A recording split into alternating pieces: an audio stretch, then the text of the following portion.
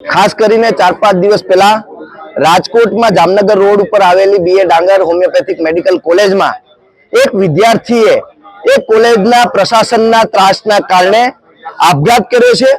આ કહી શકાય કે એક સમગ્ર શિક્ષણ જગતમાં ખૂબ દુઃખની બાબત છે અને આ બીએ ડાંગર કોલેજે અવારનવાર વિવાદોમાં આવતી હોય છે।